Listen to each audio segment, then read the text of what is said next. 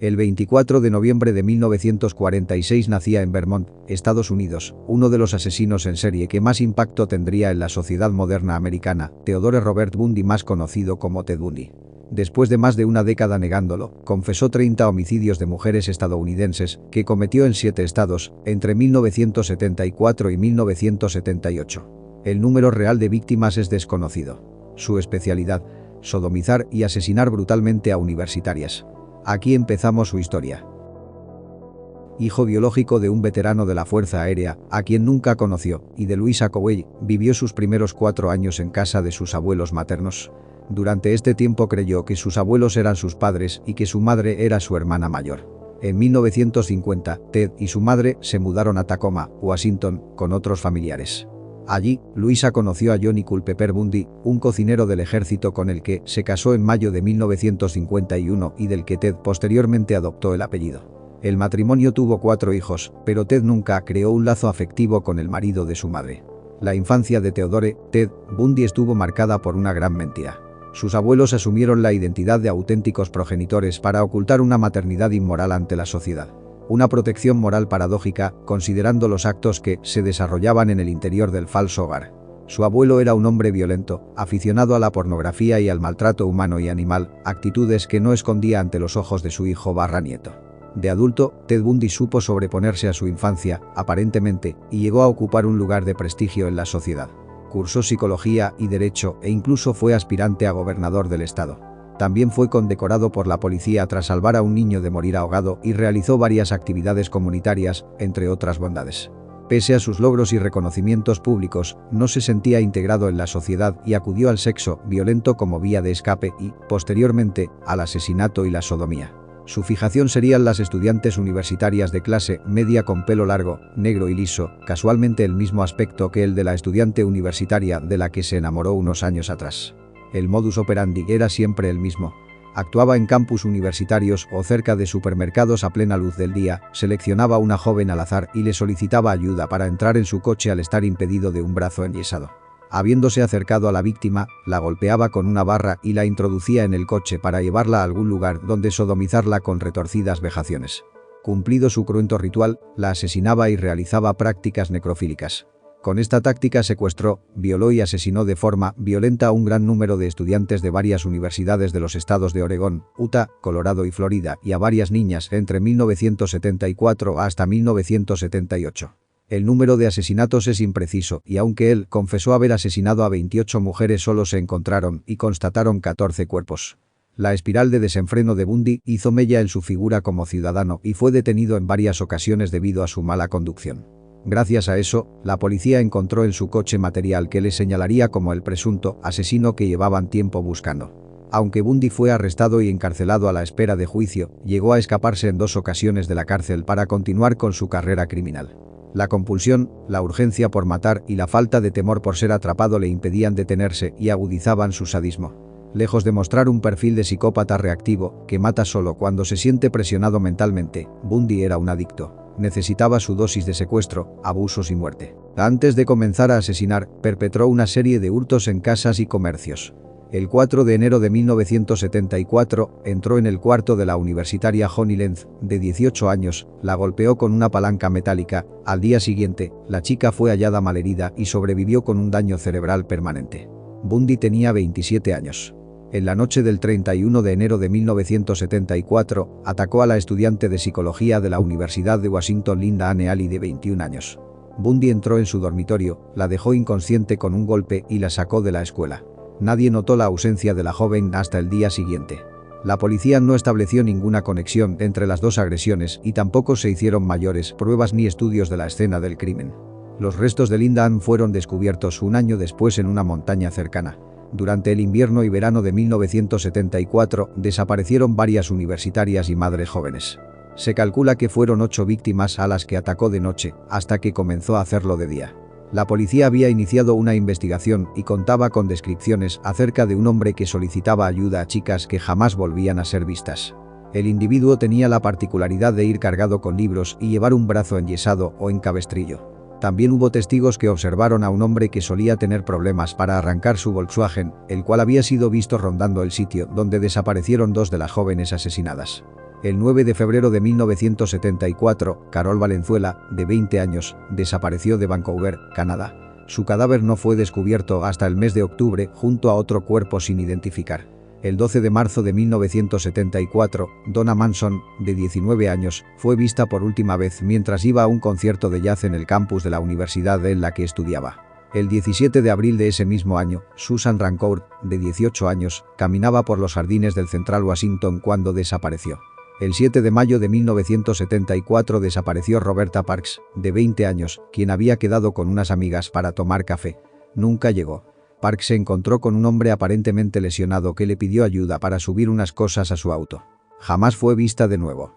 El 1 de junio de 1974, Brenda Valle, de 22 años, salió de la taberna Flame en Burien, Washington, después de comentar a sus amigos que iba a buscar a alguien que la llevara a Sun City, California. La última vez que la vieron, estaba hablando con un hombre con el brazo en un cabestrillo. 19 días más tarde, se descubrió que Valle nunca llegó a su destino.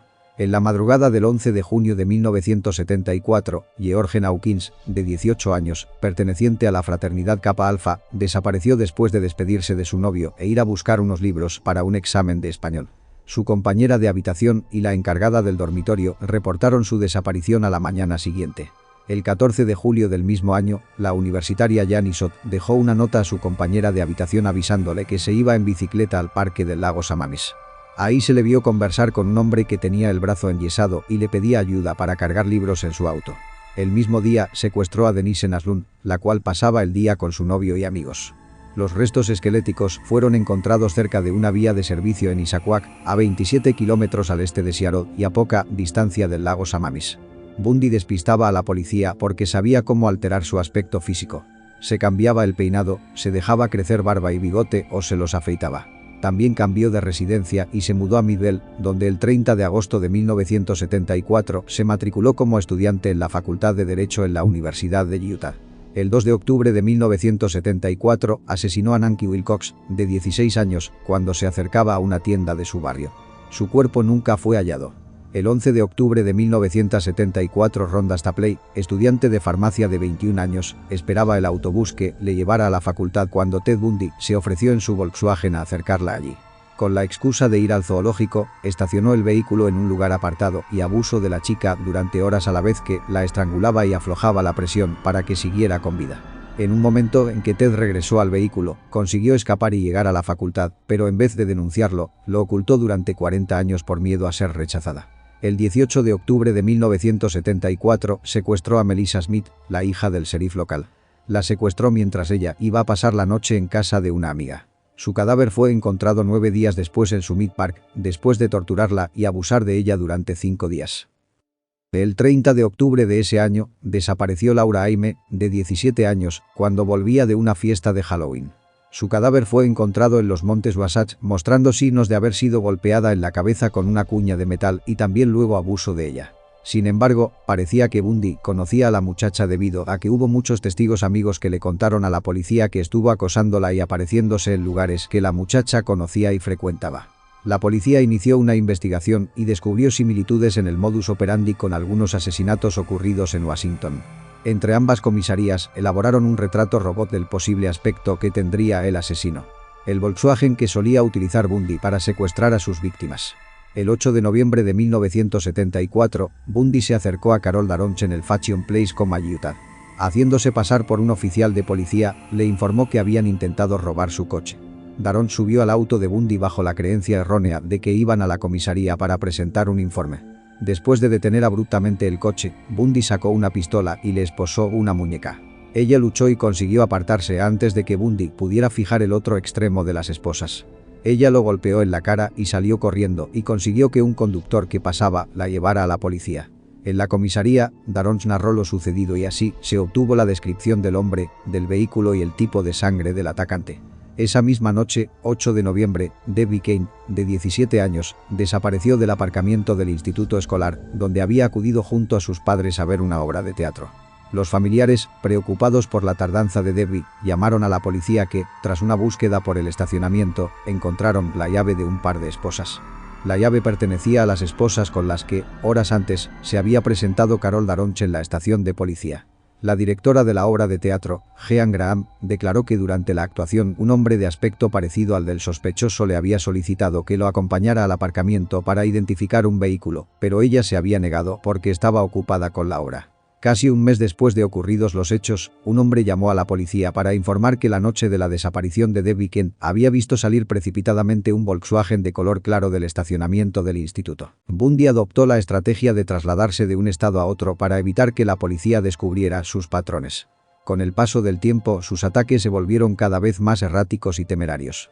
Algunas de sus víctimas se convirtieron en testigos, lo que más tarde haría posible el enjuiciamiento de Bundy. El 16 de agosto de 1975, un patrullero detuvo un Volkswagen para comprobar su matrícula. El sospechoso se dio a la fuga, pero fue detenido poco después. En el auto se encontró una palanca de metal, esposas, cinta y otros objetos que dieron inicio a una investigación a gran escala en torno a Theodore Robert Bundy. Tras su segunda fuga el 30 de diciembre de 1977 y un vago intento de pasar desapercibido cerca de Miami, la sed de sangre de Bundy volvió a desatarse. Su último objetivo, en enero de 1978, fueron las estudiantes que pernoctaban en la fraternidad Chi Omega de la Universidad Estatal de Florida. Bundy entró en el edificio de noche y, habitación por habitación, golpeó a las estudiantes con un leño de madera, destrozándoles el cráneo para vejar, morder y mutilar sus cadáveres. Esa misma noche, asaltó la casa de su penúltima víctima, Cheryl Thomas, con quien de nuevo repitió su ritual. Días más tarde aún le quedarían más fuerzas para ponerle la guinda a su carrera sangrienta con otra violación y asesinato desmedidos. Una niña de 12 años. El perfil psicopático de Theodore Bundy es un ejemplo perfecto de asesino en serie y cumple prácticamente todos los requisitos establecidos por los expertos en criminología. Infancia traumática, llena de mentiras, el abandono de su madre y abusos de su abuelo. Narcisismo, todo giraba en torno a él, procurándose todo tipo de lujos y bienestar. Megalomanía, llegando incluso al robo para conseguir ascender de estatus. Su carisma, el encanto personal, su don de gentes y la facilidad de palabra le hacían integrarse perfectamente en la sociedad, pese a sentirse fuera de ella. Atraía a sus víctimas con engaño, unas veces fingía estar desvalido y otras se disfrazaba de agente de la ley. Obtenía el placer sabiéndose dueño de la vida y la muerte y sus crímenes tenían una alta carga necrofílica. La reincidencia y el sufrimiento que causaba son una muestra de incapacidad de ponerse en el lugar del otro. Su fijación por un determinado tipo de víctima marcó todos sus crímenes. Su deseo continuo de asesinar, aún después de haber sido detenido y encarcelado, deja una prueba evidente de su enfermedad mental. Buscaba continuamente situaciones cada vez más arriesgadas sin tener en cuenta las evidencias que iba dejando por el camino y que más adelante le incriminarían. Ted Bundy sabía cómo manejarse ante la ley y utilizó toda su perspicacia y conocimiento legal para eludir y dilatar su condena. Llegó incluso a representarse a sí mismo en un proceso judicial que duró 5 años, desde su acusación en 1975 y hasta la sentencia. En 1980 fue condenado a la silla eléctrica gracias a la prueba concluyente del odontólogo forense, que identificó la morfología de su dentadura en una de las víctimas. Ted Bundy fue ejecutado 9 años más tarde, dejando tras de sí una lista de 28 víctimas y un pasado negro en la historia de América. Si le ha gustado el video, no se olviden de darle like, suscribirse y activar la campanita de notificaciones para que YouTube les avise cuando alce video nuevamente. Hasta la próxima, mis amigos.